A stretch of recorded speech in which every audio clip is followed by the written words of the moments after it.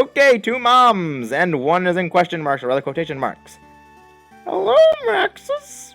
Welcome home, Maxis.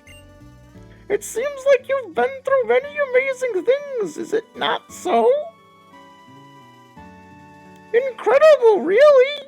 Amazing, absolutely, meeting these 2 power Pokemon of legend. This is... Oh dear, I'm still wearing my disguise. Pardon? Or rather, let me introduce myself.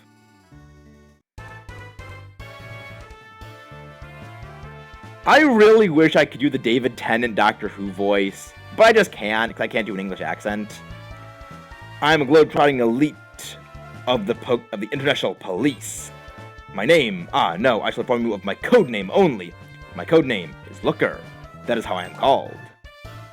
Behind the scenes of this region of Unova, an organization called Team Plasma conspires. This I have heard, and therefore, to this region I must come, but thanks to the gym leaders and you, yes, Team Plasma's castle has fallen. And the members, they have gone upon their separate ways. This is what I hear, most certainly. But however, the ones known as the 7 Sages still hide themselves in the Unova region. So, it is the end. It explains why I must ask this of you, trainer of amazing skill. Travel the Unova region and search it up and search it down for the 7 Sages, all the champion of renown. Recommended you to my notice. Are you going to help me? Of course. Excellent. I thank you. Now I feel as if perhaps a million people on my side. Permit me to give this into your hands. Why is Looker talking so strange? I mean, I love the way he talks, but just reading it is kind of weird. We obtained the Super Rod. That's a Super Rod, right? Yes, correct. It certainly is a Super Rod. We're talking about Team Plasma 7 Sages. What does it have to do with looking for those people? I see. It is truly Max's mama to ask so. That magnificent question, I admire it. It is my pleasure to answer. Absolutely nothing. I love this guy. I see. Yes, I shall provide the explanation of this, the Super Rod. First, face the water and employ the rod. Second, concentrate your focal point. When it occurs that these Pokemon bite, exclamation point will indicate immediately. Reel in. For the rest, Maxis, I depend upon you.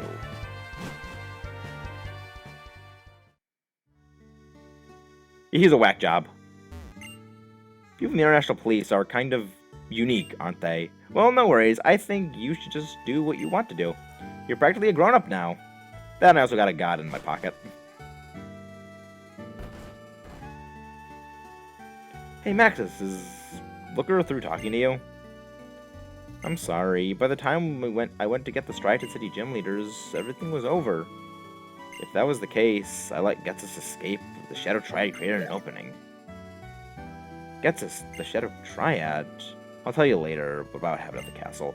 It's more important now what you plan to do, Bianca. You know what? I want to go to White Forest. That's the city on the other side of Route 16 when you leave from Nimbasa City. If you go that way, you might be able to meet all sorts of Pokemon that you've never seen before. And here comes Professor Juniper. Oh, well, this is a nice timing. I see you all here. So moments ago, some national Pokedex data from acquaintance of mine. Since you're here, I'll upgrade your Pokedex with a national mode. I'm sure I'll be visiting a wider range of places, and naturally that means you'll be encountering more Pokemon. Let me see your Pokedex for a sec. There you go, Bianca. Next up is Sharon. And last but not least, we received the National Mode. You can now switch your Pokedexes to National Mode Pokedex. Completing the National Pokedex will surely be a big challenge, so take your time. Enjoy yourselves and meet lots of Pokemon. Oh, I got the hiccup right now. Wow, the National Pokedex. Look like there's a ton of Pokemon I don't know yet. Oh, I want to show my mom and dad my Pokedex. I gotta go. Let's meet again somewhere, okay? Bianca's impetuous as ever, no matter what's going on. I think I'll travel all the way around the universe, starting at Route 1 again. I'm sure I'll discover lots of new things. Could be I'll encounter the 7 Sages along the way. And Maxis, if we spy each other along the way, let's battle, okay? I guess Sharon really did grow, as did Bianca. But yes, we now have the National Pokedex. This is... I'm not fond of this. Why? Because it means there are a lot more Pokemon in the Unova region. See, all the Pokemon that existed in the previous regions were here in Unova all along, but they were hiding. And that, of course, means a lot, and a lot, and a lot, and a lot of bios. I do not like this. Why? I mean, getting TM Hidden Power is not bad, but I do not like that we have to go through the entire region all over again and just have this entire journey be a bio fiasco. So, I will meet you guys here at the start of Route 1 again, where I have to go prepare all of the bios. Because there's a lot of them. Think of this like how when we beat the Pokemon Heart Gold and Soul Silver game, we had an absolute explosion of Safari Zone bios. Except this is going to be about 10 times worse. And we are back. So I decided to just head up to Accumula Town because I actually want to show something off about the PC. And also I love the music. Excuse me. Sorry, I had the hiccups. For beating the game. Wait. Oh, there we go, no triggers. We have received new wallpapers. Let's show these off, because I actually really like them. This one, special. Reshiram. Special. Zekrom. Monochrome. Team Plasma. Scenery, these are the standard ones you already have. Miscellaneous, Pokemon Center, Machine, Check, Simple. Okay, so I believe that is just the Zekrom, Reshiram, Monochrome, and Team Plasma ones that we now have access to. I really love these. They look really nice, and I get that when you generally beat a Pokemon game, you get backgrounds like this, or wallpapers like this, where it is the version legendaries. So, I like this. I think it's actually really nice, and they don't really need to do this, but I also forgot to mention one thing. That is... records, I believe it is... yes, records. First game clear. We did not enter the Hall of Fame. So, instead, it has our full team. I like this. It's not really something that you get to see a whole lot, but it's a nice little thing. It doesn't really give you the Hall of Fame because you wouldn't actually beat Alder, so it makes sense. Also, I decided to just actually, I forgot to go get Taranza. Oh my god, I forgot about Taranza. I didn't get him out of the... oh my god, I am horrible. Taranza, you were neglected. I even went in here. I'm so sorry. Zekrom, you were fantastic. You deserve a special place. But onwards and upwards, or rather, onwards and backwards, because our first stop on this sort of Unova region recap, we have Milotic. I am not going to be going over all of the base forms of Pokemon now, mostly because this post-game, there's a lot of backtracking to earlier areas because, as I mentioned before, there's a lot of Pokemon that are in old routes, especially by way of fishing, that we now have access to, as well as a thing called Swarm. Milotic is the first instance of a fishing Pokemon. We can get Feebas, but we can also catch Milotic. It is a fantastic bulky water type, at least on the special end of the spectrum. It's also a bit quicker than you'd imagine. However, despite its interesting stat distribution and its fantastic ability with Marvel Scale, all of its moves are basically the same across all Milotic, so you're not going to really be seeing a whole lot of variety generally a water move, maybe Surf, Brine, maybe if you like. Ice Beam, maybe Dragon Pulse, and Toxic is generally what it's going to be using. Leftovers actually works very well on it, but again, all my Milotic pretty much do the same thing. Of our Swarm encounters, these are Pokemon that will randomly appear on a route each day. First off is Farfetch'd. This is in prior generations, a less than stellar Pokemon with abysmal stats across the board. Now, it has upgraded from the level of mediocre tier to just kind of useful-ish. Stick is a very helpful item. It has access to a lot of high crit moves as of this game, and also Swords Dance, so it can do a decent amount of damage, but it isn't exactly what I would call a powerhouse, just because it's got, again, terrible stats across the board, and if you're going to want a Pokemon that can just crit hacks, or just deal a lot of good damage with the moves like Swords Dance, you might as well just go for any really good physical sweeper. I will meet you guys back on Route 17, where our next bunch of encounters are. Starting off our Route 17 fishing encounters, we have Finneon. This is something. It's got bad stats across the board, aside from speed and maybe special defense.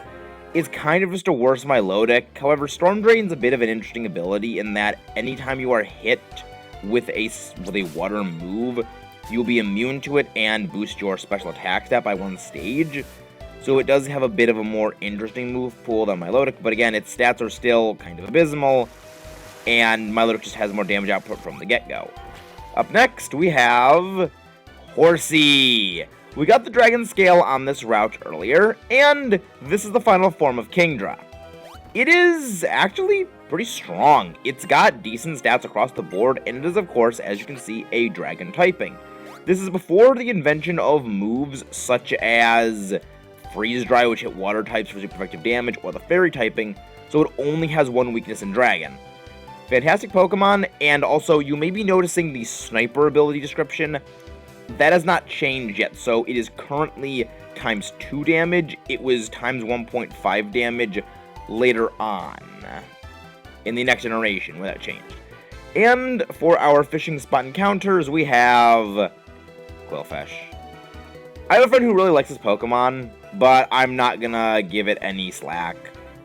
Fast-ish, not very bulky, and has a somewhat decent attack stat, but Water Poison isn't exactly a fantastic typing defensively, and offensively, kind of interesting, but if you want a decent physical water type, there's another Pokemon coming up that is much better. Yeah, we don't really have a lot of, slim pickings is what you could say this route is, but now we are on Route 18, where we have the Lantern family by fishing. This is an interesting water-type Pokemon. Electric is actually quite good for an offensive typing in conjunction with the water typing, so it can deal a lot of damage on other water types. It's also immune to electric types. Illuminate is just a bad ability in general, so you're going to want Volt Absorb regardless. Its Swarm encounter, however, is not quite the tall egg tree we all know and love, but it's just regular Executor. Decent bulk across the board, but it has fairly strong special attack and somewhat decent physical attack, so you're going to be using special attacks on it for the most part. Speed leaves a bit to be desired, but what can you say? It's a Gen 1 Pokemon, and Gen 1 Pokemon pretty much generally have bad stats. But we have the first of our 7 sages, or rather the 6 sages we have to collect. It smells of the sea here. This is a place where the same ocean smell as where I was born. Oh, this has the same ocean smell as where I was born. Getsus wandered the lands of this world all over, collecting knowledge of all kinds while searching for like-minded people. From the moment we met, he understood what I desired, the ability to understand the minds and needs of others, the ability that everyone needs to survive. My Lord N is a kind and excellent person who understands the hearts of Pokemon, but conversely, perhaps his ability to understand the hearts and feelings of people is not developed enough. But even that was part of the perfection of Ghetsis' plan. When it comes to Ghetsis, I cannot separate the truth from the lies. See this? I received it from Ghetsis, but I no longer need it. I hope you can put it to good use. TM 36 or 32 double team. This is not great, in my opinion anyway. It's something. Someday, if my Lord N develops the ability to understand the feelings of people as well as Pokemon, I would like us to gather again. More than anything, I want to see N confront Ghetsis. Ah, and now about Team Plasma. I'm an officer of the International Police, and there are so many things you must tell me at once. If that is what you desire. Many thanks. Now, Ghetsis notwithstanding, there remains yet but 5 of the 7 sages still at large. What are they thinking?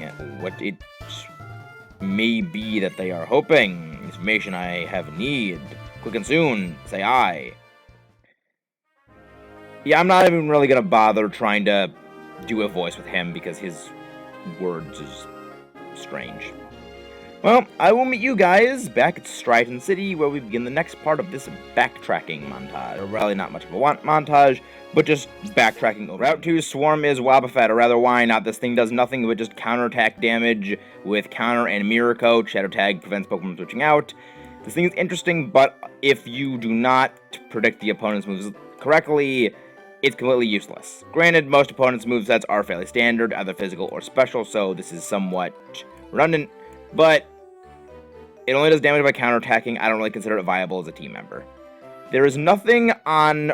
Well, actually, yes, there is something in Striaton City. Right. Fishing in this section of Striaton City, you can find Seaking. This is the somewhat better physical water type I was mentioning. However, there is still a better one yet to be found. It was the original water type waterfall user, but not that great. Not great stats across the board. This thing is, again, a Generation 1 Pokemon, and its stats really show as being kind of terrible. It's usable, but again, I don't really recommend it. For this next area, I would recommend you bring a Pokemon that has both Cut or Strength.